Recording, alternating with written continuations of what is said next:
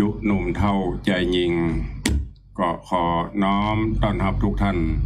เข้าสู่รายการมรดกธรรมกับเมืองทางสถานีวิทยุคลื่นพระพุทธศาสนาและวัฒนธรรมคลื่นพระพุทธศาสนาและจริยธรรมคลื่นวิทยุสีขาวเพื่อเจ้าประชาส่งสัญญาณออกอากาศทางสถานีวิทยุวัดฝ่ายหินตำบลสุเทพอำเภอเมืองจังหวัดเชียงใหม่สถานีวิทยุวัดหนองกายตำบลสันปะยางอำเภอแม่แตงจังหวัดเชียงใหม่สถานีวิทยุ CM77 วิทยุอินเทอร์เน็ตล้านนาสถานีวิทยุพระพุทธศาสนาจังหวัดเชียงรายสถานีวิทยุคลื่นพระพุทธศาสนาและจริยธรรม FM 96 เมกะเฮิรตซ์ในส่วนของคลื่นวิทยุสีขาวเพื่อเจ้าประชาอันประกอบไปด้วยสถานีวิทยุบ้านทุ่งเรดิโออำเภอสันป่าตองจังหวัดเชียงใหม่สถานีวิทยุชุมชนวัดห้วยตองซักอำเภอจอมตองจังหวัดเชียงใหม่สถานีวิทยุเวียงป่าเป้าเรดิโออำเภอเวียงป่าเป้าจังหวัดเชียงรายสถานีวิทยุคณะสงฆ์อำเภอฝางจังหวัดเชียงใหม่สถานีวิทยุมนเสียงธรรมวัดบุพารามอำเภอแม่แจ่มจังหวัดเชียงใหม่สถานีวิทยุชุมชนคนเมืองลี้อำเภอลี้จังหวัดลำพูนสถานีวิทยุเสียงธรรมจากวัดจันทร์อำเภอกัลยาณิวัฒนาจังหวัดเชียงใหม่สถานีวิทยุชุมชนคนนาน้อยอำเภอนาน้อยจังหวัดน่านสถานีวิทยุสีคำเรดิโออำเภอเวียงสาจังหวัดน่านสถานีวิทยุเสียงใสเรดิโออำเภอต้าวังผาจังหวัดน่านสถานีวิทยุชุมชนคนเหนือเขื่อนอำเภอฮอดจังหวัดเชียงใหม่สถานีวิทยุน่านฟ้าเรดิโอตั้งอยู่ที่ตำบลป่าแดดอำเภอเมืองเชียงใหม่จังหวัดเชียงใหม่สถานีวิทยุชุมชนคนต้นน้ำบ้านโป่งน้ำฮ้อนเมเจดีอำเภอเวียงป่าเป้าจังหวัดเชียงรายสถานีวิทยุแดนดินถิ่นล้านนาอำเภอสันป่าตองจังหวัดเชียงใหม่สถานีวิทยุล้านนาเรดิโออำเภอโสปราบจังหวัดลำปางสถานีวิทยุเพื่อการศึกษาและพัฒนาอาชีพเรดิโอเน็ตเวิร์กจังหวัดลำปางและสถานีวิทยุในเครือข่ายตลอดจนวิทยุชุมชนเสียงตามสายหอกระจายข่าวตามวัดตามวาตามหมู่บ้านต่างๆพร้อมกันนี้ก็ขอกราบถวายการต้อนรับและเจริญปอนต้อนรับครูบาอาจารย์ท่านเจ้าพอออกไม่ออกศรัทธาที่ได้เข้ามาติดตามรับชมรับฟังกันอยู่ทาง Facebook เฟซไลฟ์ของวัดวังสิงห์คำก็ดีของ104ธรรมะคลายเครียดก็ดีของวิทยุคลื่นสีขาวก็ดีในขณะนี้น้อมถวายการต้อนรับหลวงพ่อธรรมพระครูสถิตเจติยารักษ์วัดเจดีย์แม่ครัวท่านเจ้าสิทธิชัยจินทวันโนพร้อมกันนั้นก็ขอเจริญปอนต้อนรับคุณโยมปัทมาแจ่มโรโยมปีอัญชลีคำกิติที่ปรากฏบนหน้าจอขณะนี้เนอะกำลังได้เข้ามาติดตามรับชมรับฟังทางจากสถานีวิทยุทุกคลื่นที่ได้ประกาศไปวันนี้มีตือมดตือมวลกันก็ประมาณ20กว่าสถานีครอบคลุมตั้งแต่จังหวัดน่านลงมาก็เป็นประจำทุกวันพุธและก็วันเสาร์ ก็จะได้รับเมตตาจากทางวิทยุคลื่นวิทยุสีขาวโดยท่านเจ้าจันทร์พระครูอภิวัฒนวิกรมได้มอบถวายเวลาคือกับทางรายการตั้งแต่6 โมงไปถึง7 โมงโดยประมาณวันนี้ก็ทุกพื้นที่ ยามเจ้าอากาศก็คงจะสดชื่นแจ่มใสเย็นสบาย เพราะก็มีฝนมีฟ้าตกลงมาในช่วงนี้ก็จะเข้าสู่ช่วงฤดูฝน ตอนที่เปิดประกาศพยากรณ์หลายพื้นที่ลมจะเข้าพายุจะเข้ามื้อนี้เจริญปอนต้อนรับคุณโยมณภัทรประภาวริศไวสาเจ้าตุลุงเจริญปอนยามเจ้าผู้หลายพื้นที่ที่จะมีฟ้าฝนตกลงมาก็สร้างความชุ่มฉ่ำชุ่มเย็นอากาศหรือการเวลาผ่านพ้นไปด้วยความรวดเร็วแล้วก็รู้สึกว่าจะกระชับเวลาเข้ากระชับจะได้ญาติโยมทั้งหลายถ้าไปติดตาม Facebook ของวัดวังสิงคำตะวากะตุลุงได้ถ่ายรูปดอกประดู่ซึ่งดอกประดู่นี่ปกติมันจะบานในช่วงของปลายเดือนมีนาต้นเดือนเมษาหรือกลางเดือนเมษามูนี่แต่ปีนี้ดักปิ้งดอกสะพอดอกลมแรงมูเนี่ยราชพฤกษ์บ่ค่อยมีแต่ปีใหม่โป้นไปละเจนจะออกดอกเบ่งบานอันนี้ก็เป็นสิ่งบ่งบอกว่าเวลาเวยกว่าเก่าเวยกว่าเดิมพอสังเกตพอเดี๋ยวก็มืดก็ค่ำเดี๋ยวก็แจ้งเหมือนยังเปิ้นเร่งความเร็วขึ้นอันนี้เป็นต้นก็เพราะฉะนั้นจะไปประมาทในชีวิตในความเป็นอยู่เนอญาติโยมเฮาเจ้าข้าทั้งหลายครูบาอาจารย์ท่านเจ้าอย่างก็เกิดขึ้นได้ในยุคนี้สมัยนี้อย่างที่ครูบาอาจารย์นักปราชญ์ราชบัณฑิตเปิ้นได้กึศได้บอกมาเตือนเฮาอันเป็นลูกเป็นหลานมาโดยตลอดว่าในอนาคตการไปหน้าสิ่งที่เฮาบ่หารก็จะหารสิ่งที่เฮาบ่ฮู้ก็จะฮู้สิ่งไหนที่มันบ่เกิดมันก็จะเกิดเหล่านี้เป็นต้นเพราะนั้นก็จะไปอยู่กันอย่างประมาทเนอะแม้แต่กระทั่งการใช้ชีวิตก็ต้องมาปรับพฤติกรรมอย่างต่างๆใหม่การกินการว่าการอยู่มูนี้เป็นต้นต้องมาปรับคือมันเข้ากับสถานการณ์ภายหน้าที่มันจะเกิดขึ้นเตรียมพร้อมต้อนรับไว้เสมอเขาก็จะไปได้พระ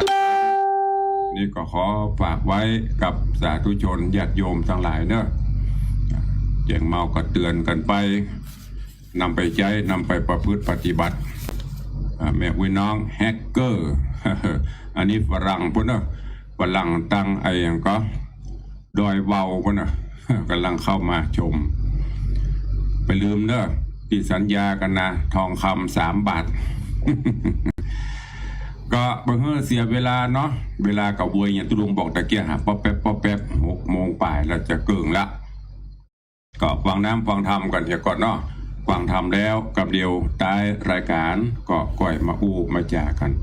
ท่านที่เข้ามาชมทาง Facebook เฟซไลน์ครูบาอาจารย์พระเจ้าพระสงฆ์ก็ดีญาติโยมก็ตามเนอะเมตตาได้นิ้วน้อยๆกดลงไปที่คำว่าแชร์สระเอชอช้างรอเรือกรันอ่านว่าแชร์กดลงไปแชร์เข้าไปหาเพื่อนหาฝูงเนอะจะได้ฟังน้ำฟังธรรมกันดูทั่วถึงธรรมเทศนาวันนี้อันเป็นส่วนบรรณาการของผู้ที่ฟังวันเสาร์และวันพุธและวันเสาร์ก็คือกรรมพระหมาด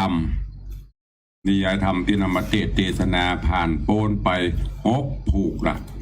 วันนี้จะคืนผูกที่7ในเรื่องราวตอนที่แล้วมาถึงยังป่อพญาได้ใจคือยังกำตุกตะกำพระพร้อมกับด้วยคือทั้งหลายสั่งฮือไปเสาะสิงสาล่าสัตว์ไปล่าหลังจากที่ไปลงเรือกาสะเปาไปลงกาสะเปาไปลงสะเปาไปกาไปขายเปิ่นได้ทรัพย์สิงเสือลิงคานปีกมาตุกตะได้ก่าหมาดำมาตัวเดียวเมินบานานปอก็โคตรใจคือไปล่าสัตว์ล่าอย่างในป่า หมู่นั้นเปิ้นได้อย่างมากันนักแต่ตุกตะได้กะแก้วก็เอาไปถวาย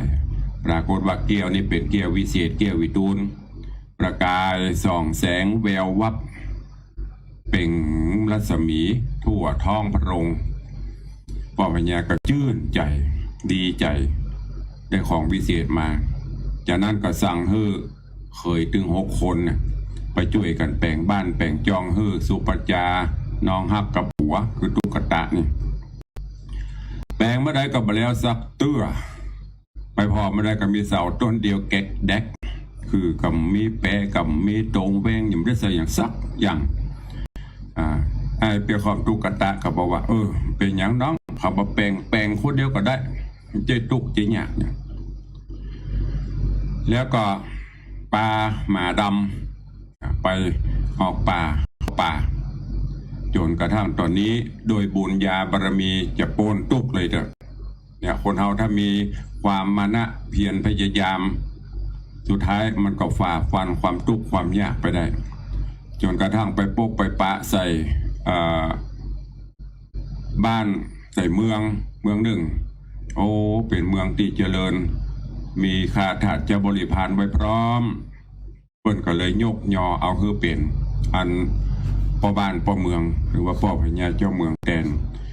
จากนั้นก็ได้ฮือข้าทาสเจ้าบริพารไปเจิญเอาสุปัจจากับแม่เฒ่าเพื่อที่จะเอาเข้ามาบ้านมาเมืองอันนี้เป็นเรื่องราวย่อๆของกำพร้าหมาดำในผูกที่แล้วอันเป็นผูกที่6ตีได้นำมาเทศนาให้ญาติโยมทั้งหลายได้ฟังตอนนี้ไปก็ฟังในผูกทวนที่7ว่าเรื่องราวเนื้อหาของกำพร้าหมาดำคติธรรมจากพระธรรมเทศนาจะเป็นจะได้ก็ก้อยฟังไปเนอะถวายการต้อนรับท่านเจ้าจันทร์พระครูปลัดวิมลวัฒน์เนอะตุปิโจวัดพวกจ้างท่านเจ้าได้เข้ามาชมวันนี้คงจะมีโยมถวายจังหันเจ้าเนาะเป็นดีข่อยเปิ้ลนี่เด้อมาเจ้ามาหันเปิ้ลจะลงหรือว่าควายมาเปิ้ลจะลงอันในเฟซวันนี้อนุโมทนาขอบคุณโยมนั่นโยมนี่มาถวายจังหันเจ้าจังหันเพนจะลองอย่างก็ห่อฉันเปิ้ลก็งามอย่าเปิงกับบารมีตุเจ้าหลวงเปิ้ลวังสิงคำวันนี้มีอะไรตำบะเขือ เมนูวันนั้นปเลียงส่งเอามาคือแหมปอดโตมีตึงบะเขือมีตึงจิ้นหมูมีตึงผักกาดมีตึงคะน้ามีตึงฟักแต่ว่าสังหารบะฟักหมดน้อยไปละ อันนี้ก็เสียวแต่พ่องเล่นพ่องยำเจ้าเนอะจืนเจ้ามาอากาศสดชื่นทำจิตใจเบิกบานแจ่มใสอย่างแม่อุ้ยน้องแฮกเกอร์บอกไว้กราบนมัสการเจ้าท่านพระครูเจ้าสาธุเจ้าถ้าจะได้เงินเจ้ากว่านี้นั้นก็ต้องเอาทองมาเนอะไปเสาะทองมาหอมแปลงยอดชัดเจดีทองคำเนอะ มานักมานาก็ได้สักสลึงก็ดีโอ้อนุโมทนาบุญตัววันนี้อาจารย์พระครูปลัดวิมลวัฒน์บอกว่าท่านพระครูวินัยธรพีรพัฒน์ทุกปีวัดป่านปิงถวายสลัดด้วยเพิ่นได้กินสลัดเฮานี่เขาสลัดออกหมดนะทุกปีน่ะมันอยู่ใกล้กับจ่งมันในวังไปพังก็ได้กำมันมาที่หน้าตาวัดใจมงคลนั่นน่ะ อาศัยถุงยางลอยมองหล่องก็ได้จะเกิดเอาแน่วัดนี่เอาละเวลาก็ล่วงเลยไปเรื่อยๆฟังน้ำฟังธรรมกันก่อนเนาะตอนที่เข้ามาทาง Facebook ก็พิมพ์คอมเมนต์เข้าไปเถอะเนอะเดี๋ยวมีอย่างก็จะได้ตอบไปมาลุนฟังกำพระหมาดำในผูกทวนตี7ณโอกาสบัดนี้ นะโมตัสสะภะคะวะโตอะระหะโตสัมมาสัมพุทธัสสะจตุธาธรรมเทศนาสัมปัตตาสุนัขะกันหาผูกทวน6ก็มาเข้มข้นเลือลายเ เป็นดังสายชนแม่กว่าน้ำกว้างไหลตาต่างทะเลเลิงบัดนี้ก็มาเถิงยังผูกทวนเจ็ดแล้วเล่าปางเมื่อนอโปธิสัตว์เจ้าเอายังนอดเนาสุปัจจาอันเป็นจาญาเมียมิ่งเข้าสู่ห้องยิงราชมนเตียนคืนนั่งสถิตสะเทียนบนพระศาสตร์กับราชธิราชโปธิสัตถาเป็นพระราชายศใหญ่กับตั้งฝูงนางไพร่นาฏสนมตั้งหลายหากได้4,000 ปลาย500งามยอดซอยงาม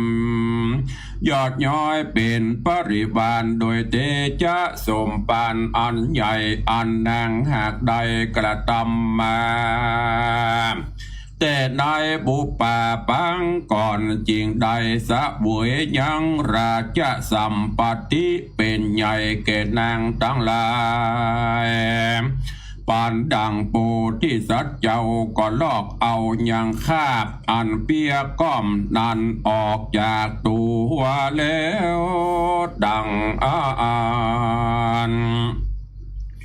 โอตามะรูปาก็ผาโกดกายมีสารูปอันชมนมพันวันนะเนื้อตนอันเหล่างามมากนาเป็นประดุจจะดังเทวบุตรในสวงสวรรค์ก็มีหันแลนาเตอุโภอันว่ามหาสัจเจ้าตั้งสองพระองค์ก็ได้เถิงยังฐานันตระวิเศษกลับเปตเป็นพญาจักรวรรดิเอกราชาแล้วได้สถาปนาสร้างเมืองแปลงเมืองฮือการกรุงรุ่งเรืองอยู่นอกเมืองจำปานกรปะมานตอนว่าได้โยจะนาดึงก็มีแลนามหาสาโตอันว่ามหาสัจเจ้าก็มีใจมักใคร่ไปเยี่ยมบ้านเยี่ยมเมืองแห่งพญาตนป้อจิงเรียกหามายังนางเกี่ยวสุปัจจากับตังไอญาญาเทาฮือห้างดายังริปนโยธาเศษนาเกี่ยวหันมาพร้อมแล้วพระบาทได้ปันนึ่งพร้อมด้วยเครื่องดุลิญะนนตรีกองนันตะเพลีขึ้นนั่งเหนืออาสนะอ่านคำอันประดับต่อตำด้วยเกี่ยว7 ประการห้อมล้อมไปด้วยแสนหันตั้งหลายนับประมาณบ่ใดกันว่าไปฮอดใกล้จานเมืองแห่งพญาพรหมมาตัดราชาเยจนาอันว่าคนต่างหลายเขาได้ยินเสียงอันมาอันมีนันสะนันกองโกละโหนเขาต่างหลายสับสนอันเป็นเจ้าเมืองก็ปากันสะเทียนตกใจเมื่อพญาได้ยินเสียงอันสะนันวันไหวอันสะเทือนไปตัวห้องต้องธรณีจำปาปุรีดังนั้นจริงใจเฮือเสนาบดีอำมาตย์ว่าสู่ตังลายจูงได้ไปประหลาดไปพอเล็งดูก็ลวดหูว่าเป็นลูกแก้วสุปัจจาลูกผู้ลาแห่งตนกูพระราชเจ้ากูอย่างห่างเฮอไปปลูกแปลงเฮือนดังอันเขาก็ลวดหนีไปบ่ฮอนว่าจักมีบุญสมปานมากนักดังอันเสนาอมาตั้งลาข เขาได้เสื้อผ้าเครื่องนุ่งห่มอยู่ยังเฮือนปานดั่งใจเปียก้อมเขาก็บ่หันเขาก็โค่นแห่พอดูในที่ใดที่หนึ่งก็บ่หันสักแห่งสักตีเขาก็รีบไปกราบทูลสา พญาเจ้าเหนือหัวเขาและว่าอันพญาจริงกล่าวซึ่งอำมาตย์ตั้งหลายว่ากูหากได้ยินสาตะสำเนียงเสียงสนั่นก็อองตัวตอ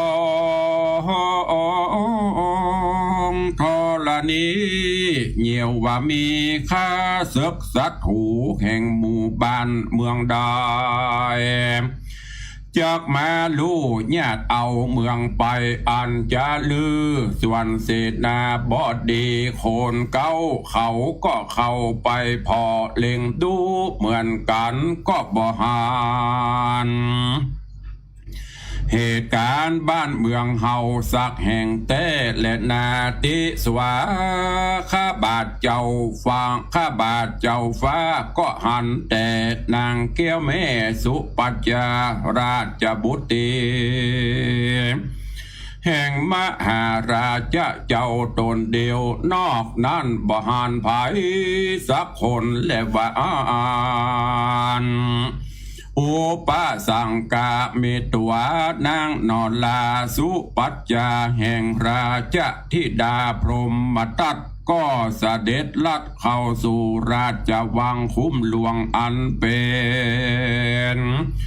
ที่สถิตสำลานที่อยู่แห่งพญาตนป้อ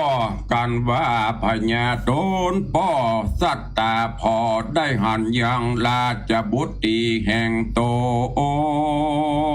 นแล้วก็มีใจอภิรมย์โจมจื่นยินดียิ่งนักต้านเต่าพรหมทัตราชาก็เสด็จขึ้นดังเนื้ออาสนาปันลังแห่งตนเดียวตนแก้วสุปัจจานอนลากับตังมูริปนโยธาตั้งหลายเขาก็มาเลิกอัญจุลีกับไว้มหาลาชเจ้าตนเป็นป้อว่าอมตะตะปิตาข้าแด่พระปิตาป้อพญาเป็นเจ้าบาทนี้ข้าบาทเจ้าตนเป็นลูกพร้อมโดยศีนาอมาตย์ราชมนตรีขออังกาศราธนายังปิตาป้อเป็นเจ้ากับตั้งพระมารดาแห่งผู้ข้าผู้เป็นลูกว่าบัดนี้นางสามีแห่งข้าบาทเจ้าผู้มีองค์กะลักษณะเปียก้อมต้านก็ไปปลูกสร้างแปลงเมืองอยู่แทบเคียงหิมฝั่งแม่น้ำกงกาอุและขออาราธนานิมนต์พระบิดาปอเป็นเจ้าจุงเสด็จไปพอคอยดูไอ้กำพระผู้เป็นลูกเคยละอาแห่งข้าพระบาทไทยบัดนี้แดดเตอะยามนอนพระบาพญาโดนเป็นป้อก็ฮับเอากำราธนาของนางสุปัจจาและกุศลาและกุศเศษนาเกี้ยวหันตังมวลแล้วต้านพญาเจ้าก็เรียกหามายัง เสนาอำมาตย์ราชมนตรีตั้งหลายมาพร้อมแล้วจริงบอกเกกล่าวเกเขาว่าพลโตดูกะลาตันตั้งหลายบัดนี้เฮาจักไปเยี่ยมดูขีญาอาการ แห่งอายตุกตะกำพระเคยลาแห่งเฮาบาดนี้แดดเตอปันดังเคยตั้งหกนั่นเขาก็ตกแต่งประดับประดา เนื้อตนแห่งเขาโดยเครื่องยองมีต้นว่าเมาใส่แขนแหวนใส่กอยซุปสอดซอยสั่งบานเหมือนกันกูโคนกับตั้งหมู่นาฏสนมตั้งหลายได้16,000นางกับตั้งมาตาเทวีแม่เจ้าก็ปากันตกแต่งเฝ้ายังริปนลโยธาเสนาจังเสนามาเสนารถเสนาเตียวตีนในระหว่างหนต่างจักเสด็จไปนั้นก็ตกแต่งประดับประดาแล้วโดยจ้อหน่อยตูงใจปัดเป้าเจ้ามอนตั้งมวลอันมีสัพพันรังสีหลายประการบ่อาจขานจักกันนานับใดนิคามิตัวเขาก็ปากันเสด็จออกจากนครไป ปานดังพญาโตนป้อก็คืนขี่อย่างจ้างเกี่ยวมงคลตัวผาเสดอันมีเสนาบดีล้อมห้อมล้อมเป็นปริวารแล้วเสด็จใหม่นาจำเพาะเมืองนครอันเกิดใหม่อันมหาสัจเจ้าหากได้สถาปนาสร้างขึ้นมาใหม่บทนานเต่าได้ก็ไปหอดไปเถิงยังเมืองที่นั่นติสวาพญาตนป้อก็มาเล็งหานยังปราสาทตังยังปราสาทราชวังอันรุ่งเรืองไปด้วยหลายประการมีราชมีลังสีใสส่องแจงไปถูกต้องแห่งสายตาจางมาอันเปจางมาอันพญาเจ้าและเสนาบดีได้ขี่ไปดังอ่านเป็นเหตุจ้างมานอนสะดุงตกใจกลัวก็หยุดยั้งตัวอยู่บ่ไปกลับไกลกลับคืนถอยหลังก็แล่นแตกฟังป้ายนี้ไปก็มิงหันแลนาเนติตังขีญะสังวันนาวิเศษจาห้องเหตุธรรมเทศนากรรมพระมาดำผูกทวนตี7ตอนที่1ก็บังโกมสมเร็จสะเด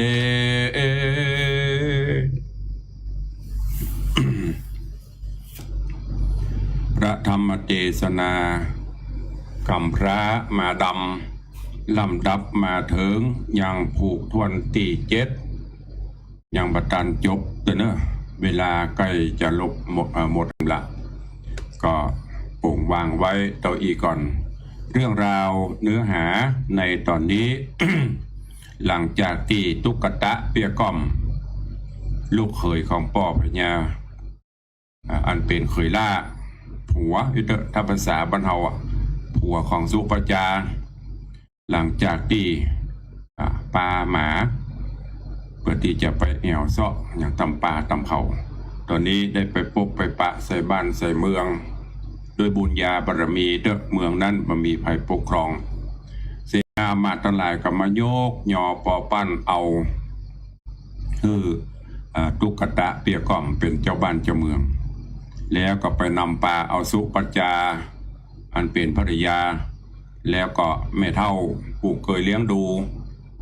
เอาเข้ามาอยู่ในบ้านในเมืองอันนี้ก็เป็นข้อคิดที่เราเจ้าข้าทั้งหลาย ควรจะนำไปเนี่ยเมื่อตุกกับตุกด้วยกันไม่แย่เท่ามาเลี้ยงเอาตุกตะมาอยู่ไปกู้ไปกิมเป็นลูกเป็นเต้า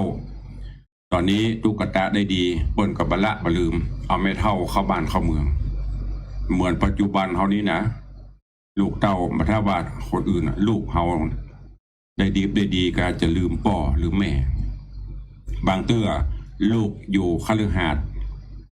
มีเครื่องอำนวยความสะดวกเพียบพร้อมแต่ป่อแม่อยู่กระต๊อบอยู่ตูบน้อยปลายนาบุตรอันนี้ฝากไว้กับลูกหลานตันเต้าเขาได้อยู่สุขสบายจะไปลืมป่อหรือแม่ทุกตะก็นำปลาเอาสุปจากับแม่เท่าเข้าบ้านเข้าเมืองอยู่ด้วยกันด้วยความสุขสำราญแล้วก็บะเมินบานานทุกตะเปียก้อมก็ถอดร่างอันที่เป็นเปียเป็นก้อมที่เปิ้นประมาทดูแควนนะออกพอถอดออกปุ๊บร่างกายอันบริสุทธิ์ภายในเปล่งกายรัศมีบะเปียบะก้อมและกำนี้มดใส่ไวยะยิ่งทะลงเครื่องกษัตริย์แหมโซผิวพรรณบรรณะมดยศสดใสเปล่งปังในตอนนี้ตังเสนาอมาตย์ตลอดจนตังสุปจาก็ใครคือป่อคือแม่ตลอดจนพี่เขยที่เคยซบประมาทในเด้อได้หูได้หันก็เลยจะไปทูลเจิญป่อพญาได้เสด็จมายังเมืองใหม่แห่งนี้ซึ่งตอนนี้ป่อพญาก็ห้างจ้างห้างม้าเสนาอมาตย์เพื่อที่จะมาเยี่ยมมาเยือนเมืองใหม่ขณะที่กำลังเดินทางมาแก้วแสงของบ้านของเมืองที่ปราสาทราชมนเทียนส่องแสงประกายแวววับต้องตาต้องใจจางม้าจนกระทั่งยุดบัดเตียวบัดตู้ห้องบัดติงจากไว้ปิกเรื่องราวจักเป็นจะไดก้อยที่ตามฟังกันกำพระมาดำในตอนต่อไปเนอะเรือแถมผูกปายก็จะอวสานละมีตื่มวันกัน8ผูกตอนนี้ขึ้นผูกถูกที่7ตอนที่1แล้วก็วันผูกวันพุธหน้าก็จะต่อไปอาจจะจบวันเสาร์หน้าถ้าจะอวสานละเพราะกำพระมาดำนี้จะได้เทศให้ฟังก็เฉพาะวันพุธและวันเสาร์ส่วนวันธรรมดาวันอื่นๆก็จะเป็นมณีจันทะกุมารไข่แสงส่วนที่ต่าง96ก็จะเป็นมหาชนกในภาคบ่ายวันเสาร์วันอาทิตย์5 โมงถึง5 โมงครึ่งถึง6 โมงก็จะเป็นนานาสาระเนอะอันนี้เป็นผังรายการเผยแพร่ธรรมของตุลุงต่างสถานีวิทยุและต่างเฟซบุ๊กโอ้ตอนรับท่านเจ้าศิวะขเนยเนอะวันนี้ได้เข้ามาติดตามเป็นกำลังใจก็ขอถวายการต้อนรับท่านเจ้าตัวครูบาอาจารย์หลายรูปหลายองค์เนอะพระเจ้าพระสงฆ์องค์เนียนเขาก็เข้ามาฟังตัวก็จะได้หูบนห้องอย่างระบำธรรมการเทศไปตัวหลายวัดหลายวาพระเจ้ามาเพื่อจะเปิดภายในอย่างวัดลอยเคราะห์หลวงพ่อธรรมพระครูสุวิมลธรรมลักษณ์เพื่อก็บอกโอ้ผมเปิดในวัดนะเสียงภายในศาลากวิหารเปิดมอกจะว่าแหงกับไม่แหงเบากับเบามอกได้ยินในกลางลานวัดนะเปิดไปตัว พระเนนก็ได้ฟังไปตัวศรัทธามาวัดก็ได้ฟังไปตัวกวาดขี้เงียไปตัวพิววัดไปตัวก็ม่วนหลวงพ่อวัดเจดีย์แม่ครัวก็เหมือนกันหลวงพ่อธรรมพระครูสถิตเจดีย์ลักษ์โอ้นั่นก็บ้านใหม่เพิ่นจะแล้วเนอะพอเปิ้นแปลงกุฏิสงฆ์เจดีย์แม่ครัวเงินปอเสร็จล้อลากเล่นมาเปิ้นแปลงเจดีย์แปลงกุฏิก็ได้ไปประมาณ70-80%ละแล้วหลวงพ่อเปิ้นก็เปิดในวัดเสียงภายในคือพระเนียนได้ฟังด้วยนะทุกปีศิวะขเนยก็เหมือนกันถ้าเปิดก็เปิดคือน้องหนุ่งน้องเนนลูกเนนจะได้ฟังไปตัวถึงวันมันก็จะซึมซับเข้าไม่ใช่เปิดจะประตูกล้องบ้านกล้องเมืองเนอะเดี๋ยวจะทายว่าตู้ที่ไหนมาเตดนี่หมอก็ขอน้อมต้อนรับถวายการต้อนรับครูบาอาจารย์ท่านเจ้าตัวหลายวัดหลายวาต่างวัดพวกจ้างก็เหมือนกันของท่านเจ้าพระครูประหลัดบิมลวัฒน์นำประกอบบูรณะพระธาตุเจ้าเจดีย์เนอะ วัดบ้านปิงก็มีหลายวัดหลายว่าส่วนต่างวัดยังกวงครูบายังกวงก็พัฒนาวัดหลายที่หลายแห่งก็เชิญชวนศรัทธาเอาไปร่วมกันเนอะวันนี้ก่อนที่จะได้เปิดหน้าไมค์อนุโมทนาสาธุบุญกันก่อนเนาะแต่ว่านี้ขออนุโมทนาบุญขอบคุณกับคุณโยมแม่แสงปนบุญใหญ่โยมพิมพ์บุญใหญ่โยมพลอยบุญใหญ่นี่ก็เป็นลูกศิษย์ลูกหาญาติโยมอุปถัมภ์โดยเฉพาะโยมพิมพ์บุญใหญ่นี่ก็ได้น้อมนำพระพุทธรูปพระพุทธมหาจักรพรรดิมาถวายแต่ว่านี้ได้น้อมนำเอาทองคำทั้งเป็นทองรูปพรรณและทองคำแท่งรวมน้ำหนัก1 บาทเป็นเงินอยู่28,000ราคาปัจจุบันนี้วันนี้ได้ลดลงทองคำ1 บาทเพื่อน้อมถวายจัดสร้างยอดชัดเจดีย์ทองคำหรือว่ายอดชัดใส่เจดีย์เขาจะสร้างด้วยทองคำบริสุทธิ์ดังที่ได้บอกกล่าวเล่าขานไปขอบคุณเนอะกับโยมแม่แสงปนบุญใหญ่โยมพิมพ์บุญใหญ่โยมพลอยบุญใหญ่ได้ร่วมโมทนาบุญทองคำหนัก 1 บาทขอบคุณกับคุณโยมท่านสทสุชีราธรรมณีได้นำปัจจัยมาน้อมถวายในการบูรณะปิดทองหลวงพ่อพระเจ้าตันใจและปิดทองพระธาตุเจ้าเจดีย์แถม3,000 บาทขออนุโมทนาบุญขอบคุณกับโยมแม่จันดีสุขเจริญร่วมโมทนาบุญทั้งบูรณะพระธาตุเจ้าปิดทองกะอาหารกะน้ำกะไฟเป็นเงิน500 บาทขอบคุณโยมป้อบุญธรรมแม่รัตนาสั่งคำฟันบ้านปุ่งหนองเวียงปะเป้าเจียงไฮ้ร่วมทำบุญ1,000 บาทนางสาวแพรพิไลกองน้อย500 บาทคุณโยมรุ่งรัชนีสั่งคำฟัน300 บาทโยมแม่กิมทองเมธาวนิช200 บาทแม่เถาวันธนูใจ100 บาทโยมแม่เกียงคำสุภามูล100 บาทเด็กชายภูมิพัฒน์สั่งคำฟัน100 บาทอันนี้เป็นสายบุญของป่อบุญธรรมแม่รัตนาบ้านปุ่งหนองเวียงป่าเป้าขอบคุณอนุโมทนาบุญเนอะนอกจากนั้นขออนุโมทนาบุญขอบคุณท่านนายกเจริญคำยามาพร้อมด้วยครอบครัวได้นำปัจจัยมาร่วมในการปิดทองและบูรณะพระธาตุเจ้าแถม1,000 บาทขอบคุณทุกท่านทุกคนด้วยตอนนี้ไปก็จะได้เปิดหน้าไมค์อู้เอ๋ยอู้จ๋ากับสาธุชนญาติโยมเนอะใครอยู่ที่ไหนทางใดจะอู้จะเอ๋ยวันนี้ก็เข้ามาได้เนอะเวลาเหลือแห่งประมาณ7 นาที081783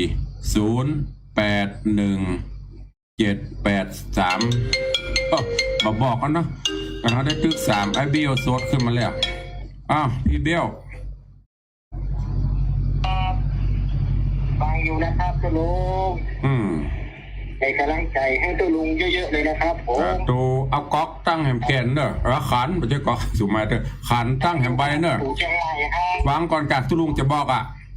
อันของไอเบลใบเอาซื้อทองแหมใบเนอะอันนี้เจิญห่วมบุญซื้อทองนี่เนอะตั้งทั้ง2 อันแล้วตุลุงก็จะประกาศด้วยหอมที่ไอเบลก็ได้สาธุพอเลี้ยงบัตรตานไอเบลแล้วฮัลโหลไว้ตาไว้ตาครูบาอาจารย์ท่านเจ้าทั้งหลายที่เข้ามาดูมามาฟังท่านพระครูพิจิตรศิลาภรณ์ไว้ตาปีไว้ตาบุญบารมีของท่าน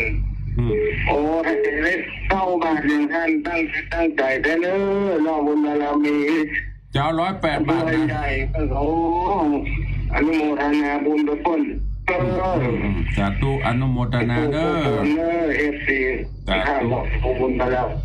ธุสาธุเนอะสายหลุดไปแล้วป้อบุญธรรมเจริญปอนป้อเลี้ยงบุญธรรมอะไรเป็นป้อเลี้ยงแห่งกรรมวันเนี้ยติดตามท่านตลอดแล้วก็วันพุธวันเสาร์สาธุเนอะมาลูกสาวโอนลูกสาวแจ้งรายชื่อมาเรียบร้อยละสาธุอนุโมทนาเด้อเจริญปอนขอบคุณโยมป่อบุญธรรมนี่สายบุญจากตัง เวียงป่าเป้าสายต่อไป0817836540โซนตั้งใต้มีก่อไผ่จะอูดโดยตุลุงเข้ามาเนอะกำลังมี3สายที่1พี่เบลครองแชมป์ไม่มีใครลบสถิติ บอกเบอร์ยังมาเสี่ยงแต่ให้เบลกดก่อนเปิดนะขอบคุณอนุโมทนาเป็นกำลังใจสายที่2ปเลี้ยงธนวัฒน์สุสิงคำมหาอุบาสกอุบาสิกา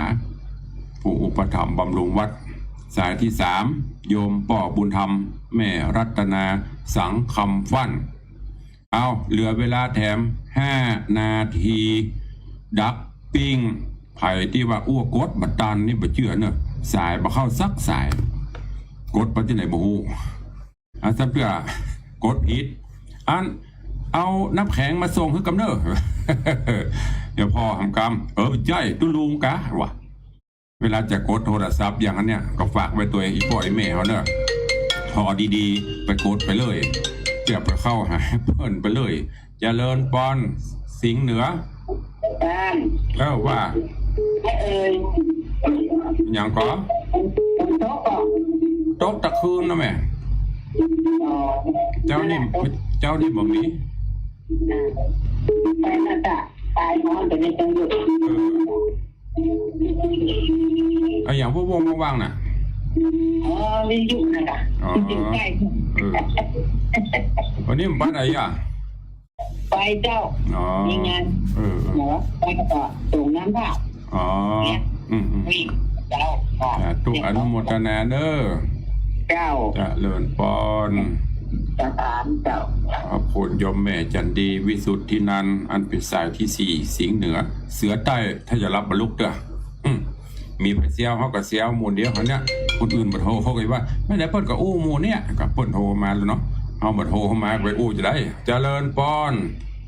เอาไว้ค่ะเจ้าไว้บะทองเด้อฟังอยู่เจ้าชัดเจนนี่เจ้าขอบคุณอนุโมทนาสาธุจากห้วยบ่อทองมีกระจื้อนะถ้าแน่จริงเอาทองมาหอมเลยอันนี้ห้วยบ่อทองแต่นี่ทองมีกระบ่อทองไม่ไหนหมดเนาะเล่นไปได้เด้อมาแล้วเสือใต้ว่าเจ้าฟังอยู่เจ้าเอาไว้กำลังใจเจ้าสาธุอนุโมทนาเด้อเจ้าอันนั้นไปทำบุญเจ้าเลินปอนเจ้าสาธุเสือใต้ก็มาละสิงห์เหนือก็มาละชายกลางก็มาละบริวารพวกพ้องก็มาละใครจะอู้ตัวแหมเหลือเวลาอีก3 นาทีสุดท้ายวันนี้แม่เลี้ยงมาถ้าจะเฮงก่อยเจริญปอนขอรู้เป็นกำลังใจเด้อสาธุอันนี้เสียงตัวเจ้านี่เสียงสวรรค์เนาะเสียงสวรรค์โตจำได้อยู่กะถ้าจะเฮงแหงกะดูเป็นกำลังใจก็ท่านเด้อฟังอยู่ตลอดไม่ได้มีเวลาโทรแม้เมาอย่างเมาป้อนข้าวเมาป้อนข้าวให้ลูกมันมีลูกฟังท่านอันน่าคตินั่นเนอะเป็นกำลังใจก็ท่านเด้อบุญบารมีของท่านก้าวไกลไปตั้งแน่ติ๊กหมื่นจ้าและล้านจ้าเลยเด้อสาธุเนอะจะเลินพรนี่เสียงของไผ่เสียงแม่เลี้ยงเนอะเนี่ยแม่เลี้ยงทัดพิชาเป็นครั้งแรกเนอะที่โทรเข้ามาหาตุลุงนะถ้าจะเฮงพ่อเลี้ยงแม่เลี้ยงมาแล้วเนอะโทรเข้ามาแล้ววันนี้เจ้าว่ากูเตรียมมีเวลาว่างมาป้อนข้าวลูกอีกวะเอาเจริญปอนสายต่อไปเจ้าท่านว่าอยู่ที่อำเภอลี่เจ้าอยู่อำเภอลี่สัญญาณชัดดีเนาะเจ้าบ้านบวกลี่ตะกี้บ้านเนี่ยก็บ่อทองเนาะไม่ได้บ้านบวกเนาะบวกเงินบวกคำกะสาธุอนุโมทนาเด้อจากบ้านบวกลี่ละปูนเจริญป้อน สาหลวงพ่อครับ เจริญปอน จะเป็นกระเป๋า เบียงป่าเป้า ครับ ใกล้บ้านพ่อบุญธรรมปะกะ ครับใกล้ๆกันเนี่ย ดีละวันกันหลายเนาะแบบอันเตียนบ้านพงหนอง ครั้งผมอยู่นี่ก็หลงให้เราบุญปุ้ยก็หลงเลย เวียงกาหลง ผมวนนี่ก็หลงอ่ะ ชัดเจนดีเนาะ ถ้าเจนดี แต่ตุอนุโมทนาเด้อแต่ตุพี่น้องตังเบียงป่าเป้านี่ตังนี่ตังเจียงไฮ้นี่เกาะติดแน่นก็ขอบคุณเนอะวันนี้เหลียวพอเวลาหมดพอดีเนอะขอบคุณครูบาอาจารย์ท่านเจ้าที่ได้เข้ามาติดตามรับชมรับฟังตลอดจนญาติธรรมญาติโยมทั้งจากสถานีวิทยุและก็ทาง Facebook เนอะวันนี้เวลาหมดเวลาที่สำคัญยิ่งเหนืออื่นใดก็คือกราบขอบพระคุณและอนุโมทนาบุญกับท่านผู้อำนวยการสถานีทุกสถานีเจ้าหน้าที่ช่างเทคนิคทุกท่านเนอะที่ได้มอบถวายเวลาและดูแลการกระจายเสียงในวันนี้เป็นไปด้วยความเรียบร้อยดีงามขอความสุขสวัสดีจุ่งบังเกิดมีกับทุกท่านคุณเกี่ยวเจ้าทั้ง3ประการปกโฮมอภิบาลอยู่ดีมีสุขเหมือนกันจุตนจุองค์จุผู้จุโคนเนอร์ยัตตาโรธรรมาวัตันติอายุวันโนสุขังภะ